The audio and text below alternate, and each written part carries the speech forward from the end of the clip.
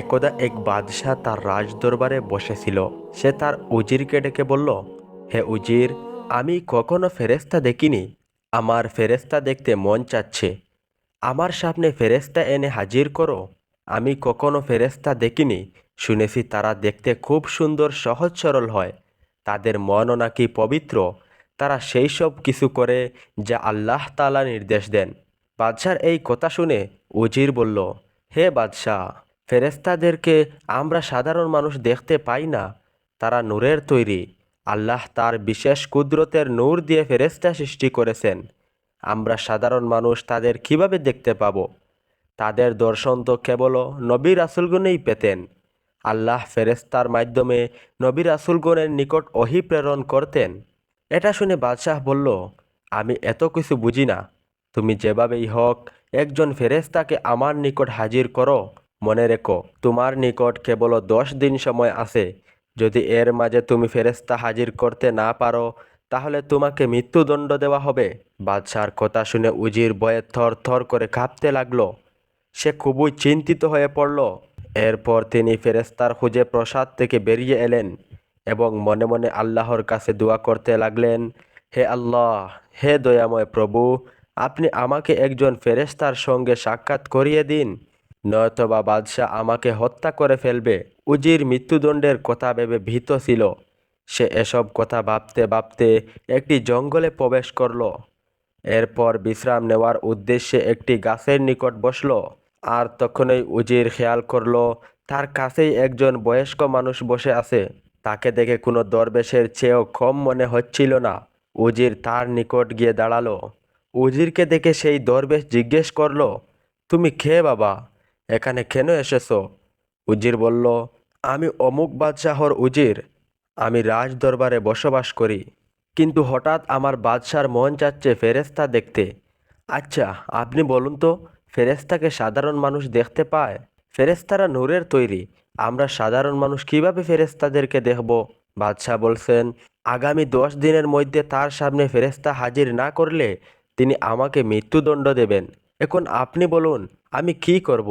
সব কিছু শুনে দরবেশ বলল, তাহলে এটাই তোমার সমস্যা? এই সামান্য সমস্যা নিয়ে তুমি এতটা চিন্তিত? আমার সাথে একটি জায়গায় চলো, তোমার সাথে ফেরেশতার সাক্ষাৎ করাবো। তারপর সেই দরবেশ উজিরকে নিয়ে এমন একটি জায়গায় গেল যেখানে অনেকগুলো বাচ্চা খেলা করছিল। দরবেশ তখন উজিরকে একটি বাচ্চা দেখিয়ে বলল, এই বাচ্চাকে তোমার বাদশার নিকট নিয়ে যাও। উজির লক্ষ্য করল ওই বাচ্চাটি সবার থেকে আলাদা ছিল। যখন অন্য সকল বাচ্চারা খেলাধুলায় মগ্ন, ওই বাচ্চাটি তখন সালাত আদায়ের সাথে সাথে আল্লাহর এবাদতে মগ্ন ছিল। তার চেহারা থেকে যেন নূর উপসে পড়ছিল। সহজ সরল মায়াবী চেহারার অধিকারী ছিল সেই বাচ্চাটি। উজির বাচ্চাটিকে দেখে মুগ্ধ হয়ে গেল। দরবেশ তখন বাচ্চাটিকে সালাম দিল। ছেলেটি সালামের জবাব দিয়ে জিজ্ঞেস করল, আপনারা হঠাৎ এখানে কেন? দরবেশ তাকে বলল, এই হলো এই রাজ্যের বাদশার উজির। তুমি তার সাথে যাও। বাদশাহ তোমার সাথে সাক্ষাৎ করতে চেয়েছেন।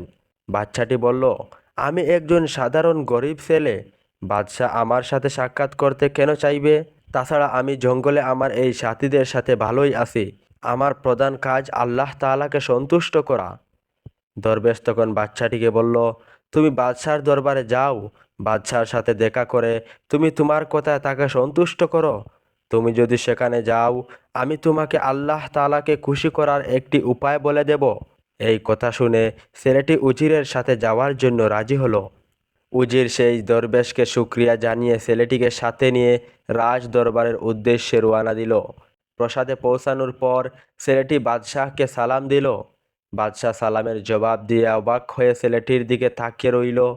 এতটাই সুন্দর নুরানি চেহারার অধিকারী ছিল সেই ছেলে। বাদশাহ বিস্মিত হয়ে উজিরকে জিজ্ঞাসা করল, হে উজির, এই ছেলে কে? উজির বলল, এই সেই ছেলে যার সাক্ষাৎ পাওয়ার জন্য আপনি উত্তাল হয়ে আছেন। এই ছেলেটি ফেরেশতা সমতুল্য। এই কথা শুনে বাদশাহ মনে মনে ভাবল, আমি এই ছেলেটির একটি পরীক্ষা নিয়ে দেখি সে আসলেই ফেরেশতা কি না। অতঃপর বাদশাহ একজন দাসকে আদেশ দিল, হীরা, মণিমুক্তা, সোনা, জহরতে পূর্ণ একটি সিন্দুক এনে বাচ্চাটির সামনে রাখতে। সে জানতো ফেরেশতারা লোভী হয় না, তাই সে এগুলো আনতে বলেছে। অতঃপর দাস তখন মণিমুক্তা সোনাবর্তী একটি সিন্দুক এনে বাচ্চাটির সামনে রাখল। বাদশাহ তখন বাচ্চাটিকে বলল, এগুলো সব তোমার, এইগুলো তুমি গ্রহণ করে উপহার হিসেবে সাথে নিয়ে যাও। বাচ্চাটি জবাবে বলল, আমি এগুলোর কোনো কিছুই নেব না, এগুলো দিয়ে আমার কোনো প্রয়োজন নেই, পৃথিবীর কোনো কিছুর প্রতি আমার কোনো লোভ আগ্রহ নেই। আমি সর্বদা আল্লাহ তাআলাকে সন্তুষ্ট করতে চাই, তার ইবাদতে মশগুল থেকে জীবন প্রবাহিত করতে চাই। আপনি বরং এগুলো গরিব এতিমদের মাঝে বন্টন করে দিন, যাতে তারা একটি সুন্দর জীবন পায়। তখন বালকটি রাজ দরবার থেকে প্রস্থান করল। বাদশাহ তখন উজিরকে বললেন, হে উজির, এই বাচ্চাটা তো সত্যই ফেরেশতার মতো। আমি অনেক খুশি হয়েছি বালকটির সাথে সাক্ষাৎ করে। এরপর কয়েক বছর অতিবাহিত হলো। বাদশাহ আগের তুলনায় এখন বৃদ্ধ, তার বয়স বেড়ে গিয়েছে।